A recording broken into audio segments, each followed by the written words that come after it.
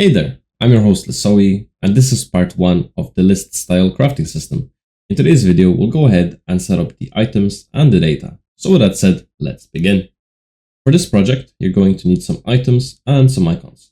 Now I have already went ahead and created a assets folder in which we have all of that. So icons, and then we have the items in there. Same with the props. So we have a workbench, table, etc. So let's start by creating a new folder. And we'll place everything inside the inventory folder. So let's start with that. Inventory, right click again, new folder, and we'll call it item data. Let's open that up. Now inside here, we will create two structures. We want one for the slot, the inventory slot. So let's go to blueprint, structure, s_inventory slot. Now in here, we want two variables. One for the item ID, which will be the unique identifier for that item, and then the quantity. So let's add in two variables, a name and an integer. Let's go ahead and give this a name, item ID, and item quantity. Save it. And let's move on to the next one, blueprint again, structure. And this will be the item details. So item details. And let's open that up. Inside here, you want anything to do with your item. So name, description, icon, etc. So let's add in three things. That's all we need for our purpose. We need a name. We want a icon. So this will be a texture 2D variable. There we go. And we want an integer for the stack size. So this will be the name, icon, and stack size. And let's save that. So with this structure created, we can go ahead and go to miscellaneous and create a data table. And this will be from the s_item details structure. And let's call it dt for data table _ item data. So in here, we want to go ahead and add all of the items that we'll have in our game. So this will be the resources and the items. So let's go ahead and hit add. The row name is the unique ID for that. So we'll do iron ingot. And you can go ahead and structure this however you like. But because I only have a few items, I'll leave them as the original name with no space. For the name, then we'll have the space, iron ingot. We'll put in the icon, iron ingot. We go, and let's say we say 5 because they're a little heavy. It's iron. Then we can have the stick. So search for stick.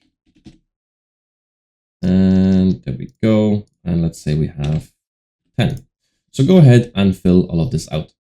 So once you're done, your data table should look similar to this, your IDs, names, and so on.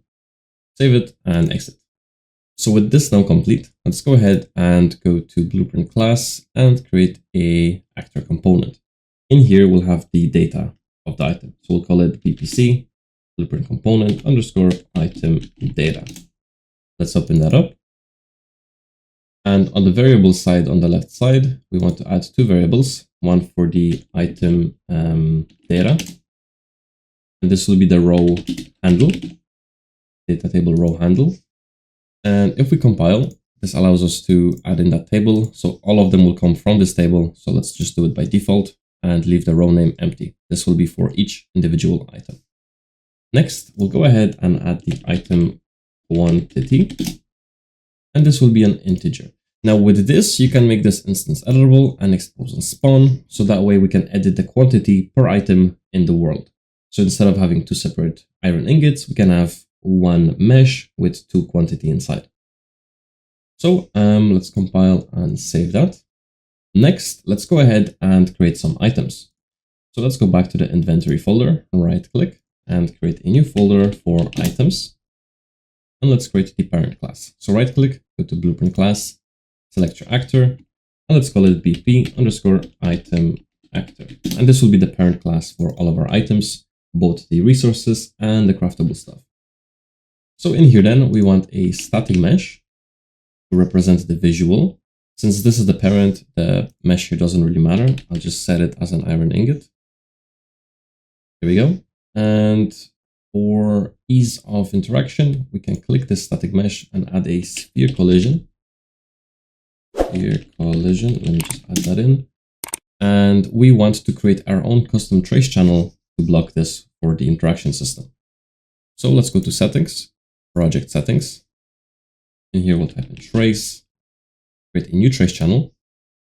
Let's call it interactive, and we'll make it ignore by default. That's important, and hit accept. Now, if we go back to our thing, let's compile, save that. This should refresh everything. So if we click on the sphere collision and search for collision on the top, go to collision presets, hit custom.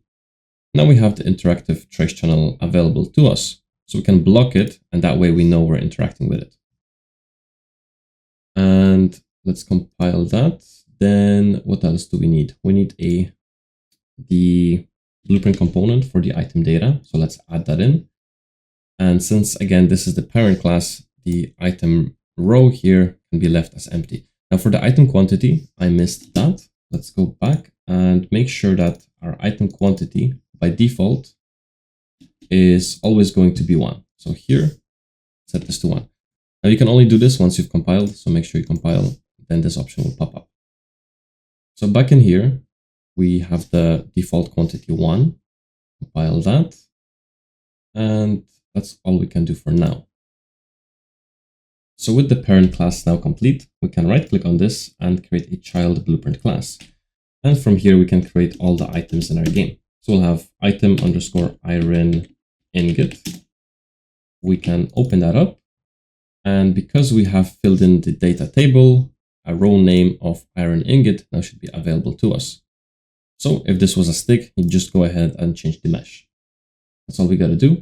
Compile and save that. Let's go ahead and create another one. So we can safely right click on the item and duplicate it on the child, but don't do it on the parent class. It'll mess things up. So we can call this stick, open that up, open the full blueprint, change the item data to be a stick, then go into the viewport and change your mesh to also represent that item. So stick in our case. And you want to go ahead and do this for all of your items. So let's just show you by dropping them in here. That's how they look now. Drag them up and split them apart. And there we go. So do that for all of your items. So with all of your items in the game now, it should look something like this. So just before we end this episode, that's all of the items we have.